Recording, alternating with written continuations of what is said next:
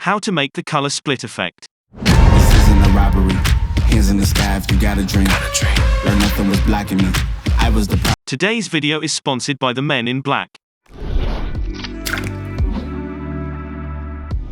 Open your clip in the Fusion page, and add a merge node. Bring a fast chroma node in empty space. For this you need to install the Reactor plugin and activate the fast chroma tool. Connect your clip to the fast chroma. Right-click to the position value, and select to modify it with shake. Go to the Modifiers tab, bring down the smoothness slider around 3, set the minimum slider to 0.4, and the maximum to 0.6. Add a glow node. Bring down the shine threshold, and increase the spread and the horizontal-vertical sliders. Play around with the relative color spread sliders. Right-click to the gain slider, and select to modify it with shake.